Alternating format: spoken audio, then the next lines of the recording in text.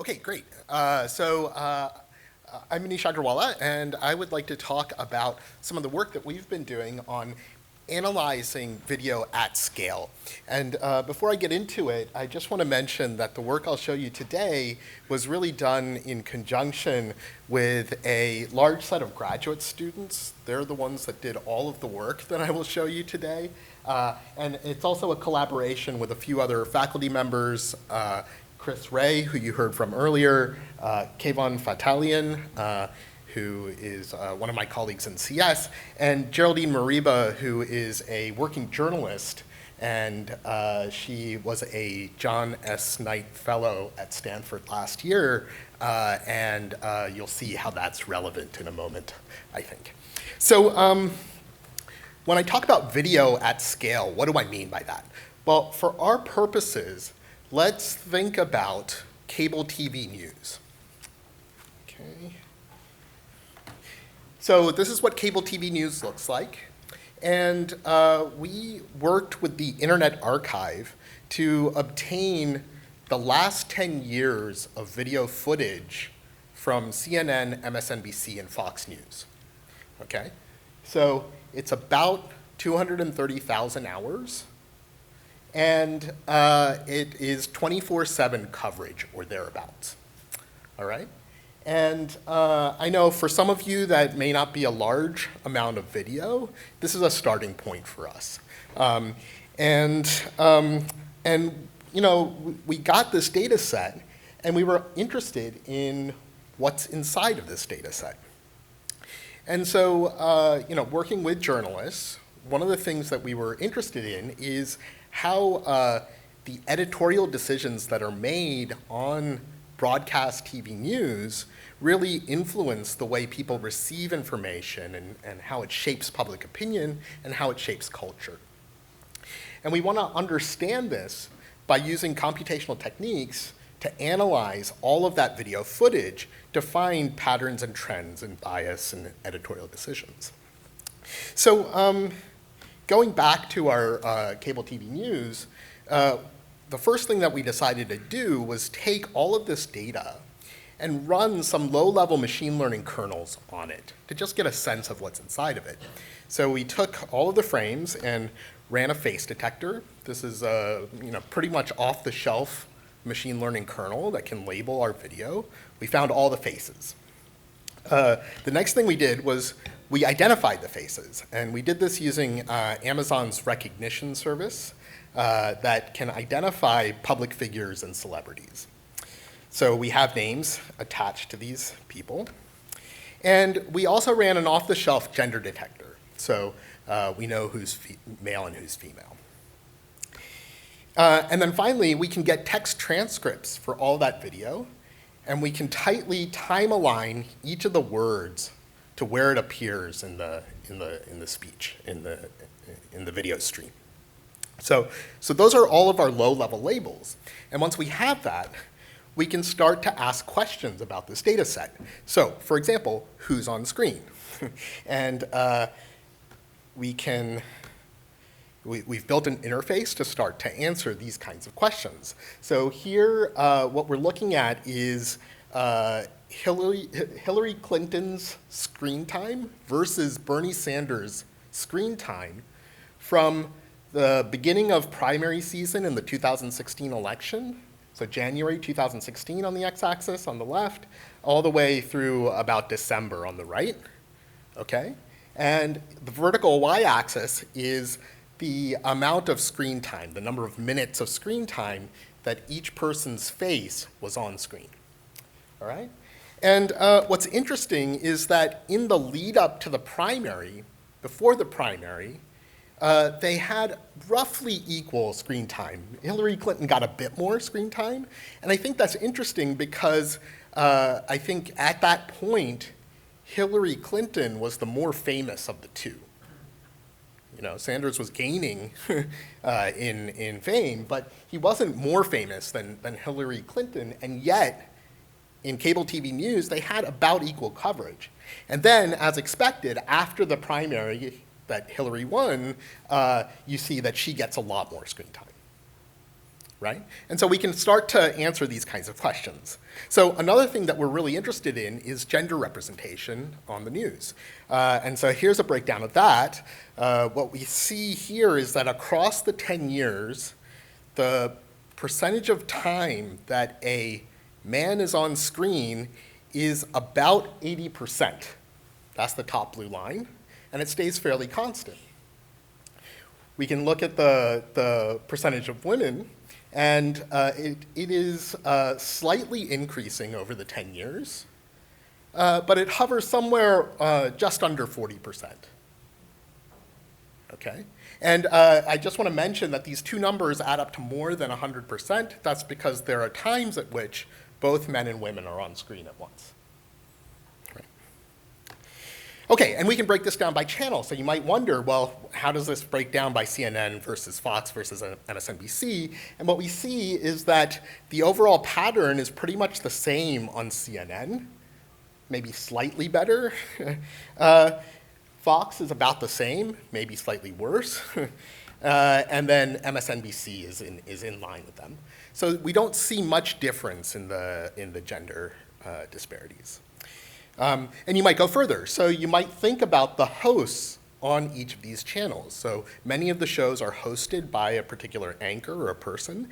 And we might wonder, well, how much, what's the distribution of host screen time by gender? So here's the overall breakdown. And what we see is that up until about 2015, the two lines were converging. And then after 2015, they start to spread apart again, right? And we can start to speculate about why that might be. You might also be interested in learning about what happens on each of the channels. So here it is, the breakdown on CNN. And what's interesting here is that at about 2015, they've achieved a level of parity, but then it spreads back out, okay? Fox, they never quite achieved parity, and in fact, around 2017, they start to diverge pretty radically. And then MSNBC, they were getting closer and closer until about 2017, and then started to split apart, okay? So these are the kinds of analyses and questions we can start to answer using this type of a tool. And what I've shown you so far is about faces. We can also look at the topics that are covered. So in this graph, we can see how much France is talked about over the 10-year period, right? And we see a couple spikes. But overall, the amount of coverage that we devote to France is somewhat low. Germany is also pretty low. United Kingdom, similarly low. And then we can switch over to Asia, so China. What's interesting here is that there's a lot more talk about China, and we can start to speculate why. But after the election and the inauguration of our new president, we see a lot more talk about China, right? Russia, similarly, there's a big increase after the election. And North Korea, again, a big increase after the election, all right? And so, again, this is a kind of analysis that we can now do over this big volume of video. Now, I've talked about video in a very specific domain and particular low-level labels that we've extracted across this volume. But what we recognize is that the bigger problem here is detecting domain-specific events that appear in your video, right? So people have different types of video, and they might want to extract different kinds of events in them. And so we've looked at cable TV news. Some of the higher level events that we might want to extract are things like interviews. We want to know when a host is interviewing a presidential candidate, right? Or we want to identify all of the commercial segments and separate them from the regular news segments. And these are kind of higher level, more complex events. Or if our domain is film, we might want to find all of the action sequences, or the conversations, or the close-up shots. Or if we're dealing with self-driving vehicles, we might want to be able to analyze video of a parking lot and find all of the empty spaces, right? Or we might want to look at footage that we've captured from on the vehicle and find maneuvers of interest. So there are lots of different domain-specific events, and the challenge here is that training new detectors for each one of these kinds of events can be really expensive. It's labor-intensive. Training accurate models requires lots of compute, time of the analyst, compute time as well, and skill. And these are things that are really limiting how much machine learning can be applied. So let's look at a very specific example of a kind of event that we want to detect. Suppose we want to detect all of the interviews between Jake Tapper, a host on CNN, and Bernie Sanders, one of the presidential candidates. What should we look for to identify these kinds of interviews? Well, here I'll just play the interview, and we should see. Former presidential candidate and Vermont Senator Bernie Sanders, who is a supporter of Hillary Clinton. There's Bernie on Senator screen Sanders, good to see you as for a always. while by himself. They're both on screen together, right? Maybe some B-roll footage will play. In this case, Hillary Clinton will come on for a few seconds, because they're making some point about her. But an interview has these different kinds of pieces that we need to find in all of the videos to identify interviews between these two people, okay? And so our approach to specifying these novel higher level events is to write them as what we call data programs that compose the outputs of existing pre-trained models, lower level events like the faces and transcripts. So here we start with our video collection. We've computed things like where all the faces are, we've recognized who's on screen, we have the captions, and then we write these programs that compose together these low-level labels into higher-level events. And it's an iterative process, so the human is in the loop. The human can look at the results of the program, decide if it's working well or needs some further adjustment, adjust the program, and continue on. And so here's our data model. We treat the video as a set of low-level labels. Here we've detected Jake Tapper, as you see on the left, Bernie Sanders, as you see on the right.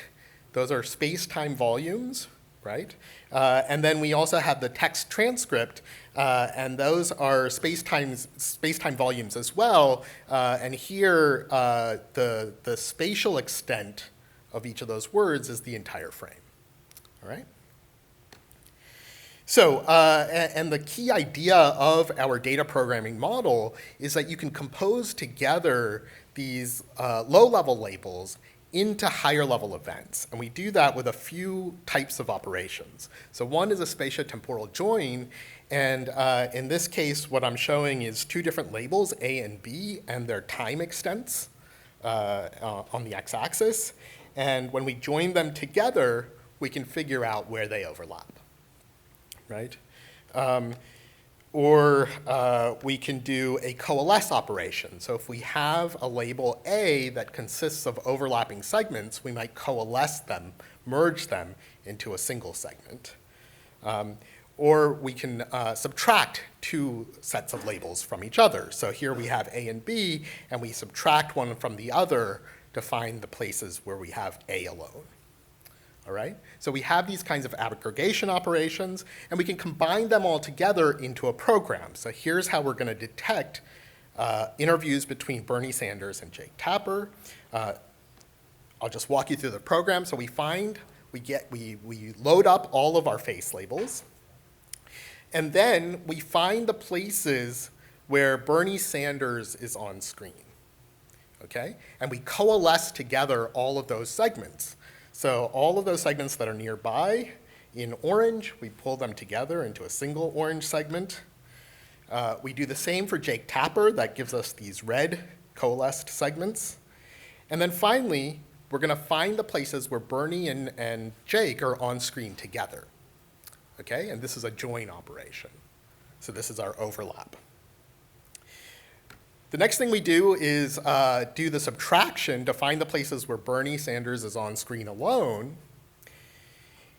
And that gives us these segments. And then finally, we are going to express a temporal pattern where we're looking for Bernie and Jake together interleaved with Bernie alone.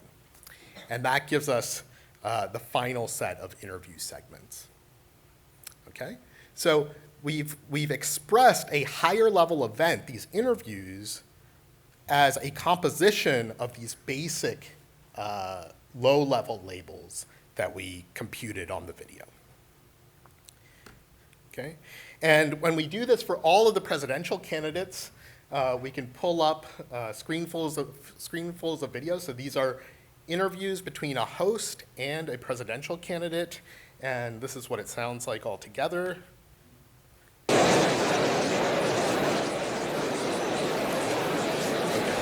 And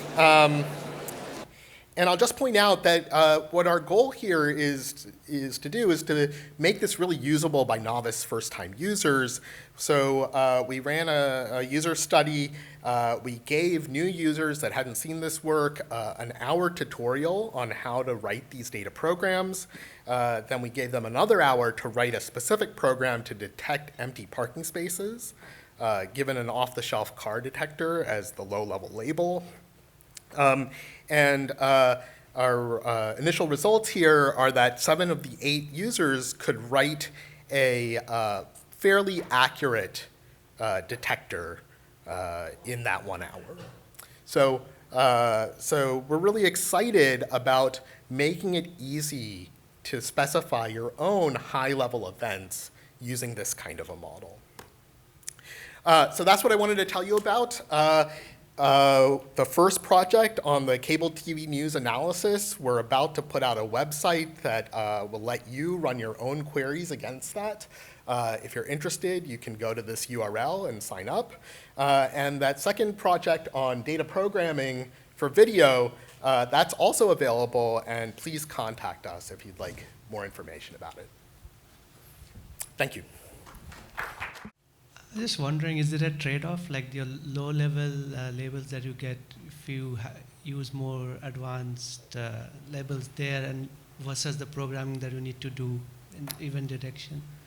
Yeah, so there is a trade-off. And so you might ask, well, why don't you just learn the label that you want to learn from the raw data? Yeah, that's what I was thinking. Yeah. And one of the challenges there is labeling that data for the ground truth or for training, right? How do you label enough of it with things like interviews to build your automatic neural net to identify those things? So one way that we could use the recall tool that I've shown you is we can think about using it as an initial